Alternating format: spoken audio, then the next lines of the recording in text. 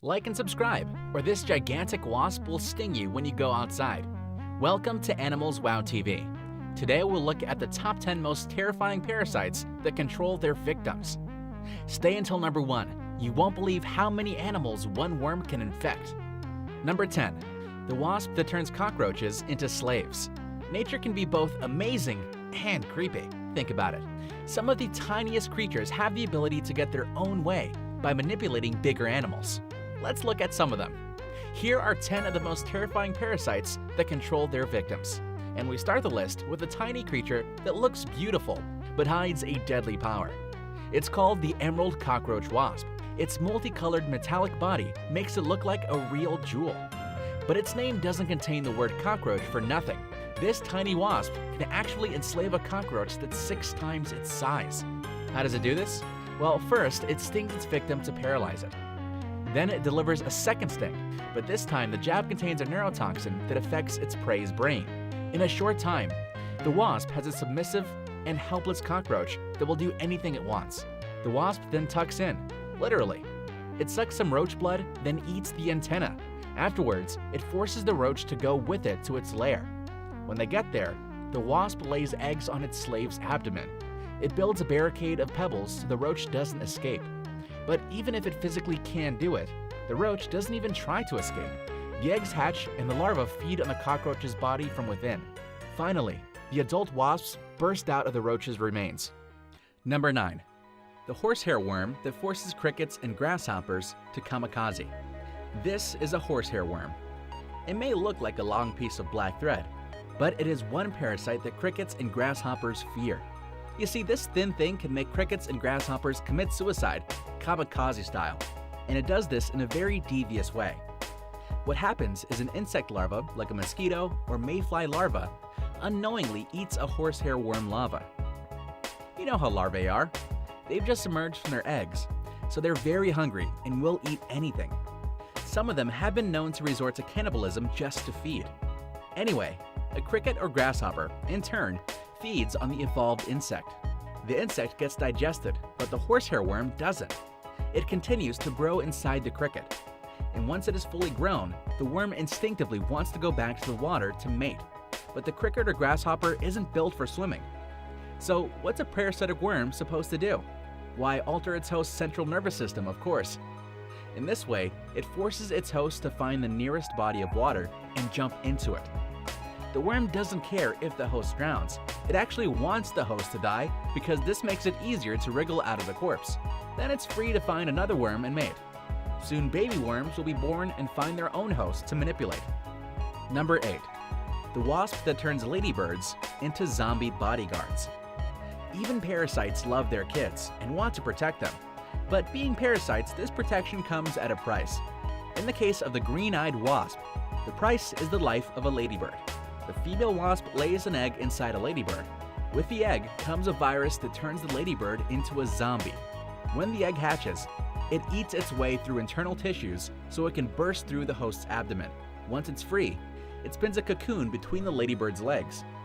Miraculously, the ladybird doesn't die from this process, but because of the zombie virus, it stands guard over the cocoon. In the animal kingdom, the ladybird's bright color is the equivalent of a big neon sign saying it has poison, and it's not afraid to use it. So, predators generally leave it alone, and this makes its abdomen the perfect hiding spot for the cocoon. But if a potential predator still tries to get near it, the ladybird thrashes around to make it go away. According to one study, about a quarter of the ladybirds survive the whole zombie state. They recover once the wasp leaves its cocoon. And some of them even get zombified again by a different wasp. Nasty. Number 7. The fungus that turns ants into zombies. If you've ever observed ants, you'll know that they strictly follow a path that's practically a military parade. But a fungus in the rainforests of Africa, Brazil, and Thailand can pull these ants off their course. The fungus is called Ophiocordyceps unilateralis, and they are parasites that turn ants into zombies. It all starts with an ant foraging on the rainforest floor. A fungus spore flying in the wind or resting on the ground infects it. The fungus develops rapidly inside its host's body in just 3 to 9 days. When it's ready, the fungus manipulates the ant to walk away from its designated path. The zombified ants walk towards the same spot, a tree that has the perfect environment for the fungus to grow. When the ant reaches its destination, it uses its mandibles to clamp down on a leaf, and then it dies. In just 24 hours, the corpse of the ant will develop fungus threads. Then a stalk emerges from the ant. This stalk contains hundreds of spores that ride the wind. The process is like the scene from Alien, where the alien bursts from the chest of the infected humans. Soon the spores infect a new batch of ants. It's a vicious cycle that the ants can't escape. Number 6. The flatworm that mind controls snails into getting eaten. It's called the green-banded broodsack flatworm. Like the horsehair worm, this worm starts its parasitic cycle indirectly. The worm breeds and deposits its eggs inside birds.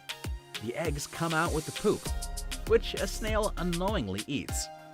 The eggs hatch inside the host's body and crawl to the snail's eyes.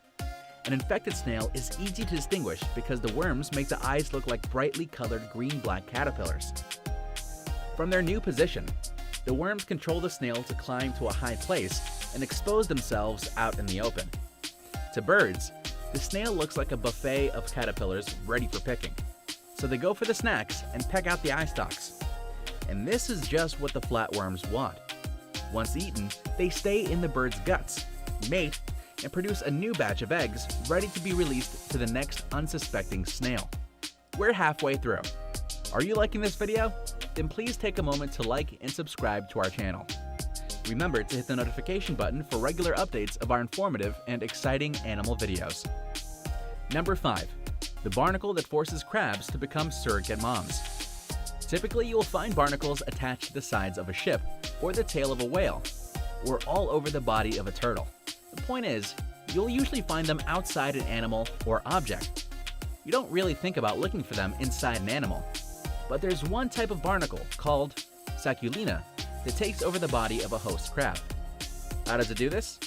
Well, the female Sacculina larva first finds a host and injects its slug-like body into the host body through a chink in the crab's claw joints. Instead of its hard shell, the barnacle turns the crab's body into its house. It leaches off nutrients from its host until it evolves into something that looks like a beating egg yolk.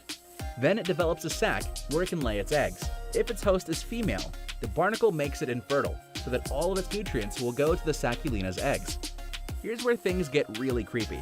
If the host is male, the Sacculina changes the crab's body and behavior so that it transforms into a female. The male crab grows a bigger abdomen, its gonads shrink, and it doesn't develop the fighting claws males need for mating fights. A male Sacculina finds an infected crab and fertilizes the eggs. Once the eggs are fertilized, the crab instinctively finds a high rock and releases the eggs. It then takes care of the eggs until they hatch. Number 4. The microbe that changes the behavior of rodents. The Toxoplasma gondii is a single-celled microbe that's famous in the medical world for turning rodents like mice and rats into cat lovers. It's general knowledge that mice and rats are typically scared of cats, which are their natural predator.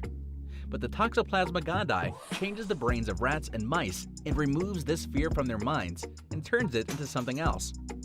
You see, the microbe can only reproduce inside the guts of a cat, so it manipulates its host to love its natural enemy. When an infected rodent smells cat urine, it will seek out the cat instead of running away from it. And we all know what a cat thinks of when a tasty rat or mouse comes running towards it. Goodbye, rat. Hello, guts. The Toxoplasma gondii quickly reproduces and then comes back out as cat poop. Anything that the poop comes into contact with, whether solid or liquid, becomes a carrier of the microbe. If a rat or mouse eats or drinks from these infected things, the cycle starts all over again. Want to know something more creepy? The Toxoplasma gondii can affect humans too. But be careful of your cat, that's all we're saying. Number 3. The tapeworms that battle it out for copod hosts. We've talked about parasites that inhabit hosts one-to-one, but sometimes multiple parasites inhabit one host. When this happens, some of these parasites jockey to become the main controller. Take for example the tapeworm, which loves to inhabit copods. Actually, the copod is just a stopgap for the tapeworm. You see, like other parasites, the tapeworm has a final goal. In this case, it's a fish called a stickleback, to get eaten by its chosen fish. The tapeworm manipulates the copod's behavior.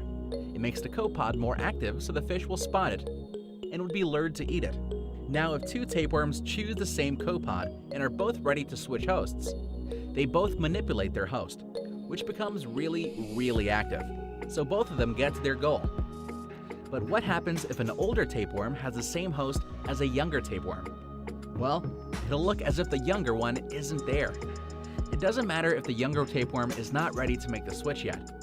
The older one will manipulate their host to make the switch. Number 2. The wasp that forces spiders to create special webs. It's looking like plenty of wasps love to prey on other animals. The Costa Rican wasp, called Hymenopithecus or Gyrophaga, lays its eggs on the abdomen of an orb spider. The eggs hatch and the larva gets its nutrients from its host for a few weeks. Then it injects a compound into the spider that turns it into a zombie. The zombie spider starts to create a web that's unlike anything it's built before. When the web is finished, the larva finishes off the spider. It uses the web as support for the cocoon it creates afterwards. Number 1. The flatworm that infects several animals. Now here's a parasite that infects several animals so that it can complete its life cycle. Officially, it's called the lancet liver fluke. It's a type of flatworm. It starts as an egg that's found in cow poop. Its first victim is a snail that comes across the dung and accidentally eats the eggs. When the eggs hatch, the tapeworm forces the snail to wrap the eggs up in protective mucus. Then the snail coughs the eggs out as slime balls. The ants come next. These little soldiers eat the balls and basically become the zombie slaves of the worms. The larva evolves inside the ant into the fluke form by getting nutrients from its new host. When it gets big enough, it slowly wriggles to the ant's brain, where it mind controls the victim to climb up a blade of grass and sit there until a cow eats the grass, and the ant with it.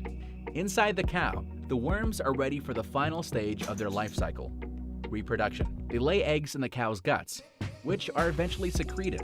A new batch of eggs is ready for the cycle to repeat over and over again. There you have it, our top 10 most terrifying parasites that control their victims. Thanks for watching, and don't forget to click the like button and subscribe to our channel. And while you're here, check out our video on the top 10 most shocking times worms have been seen coming out of animals.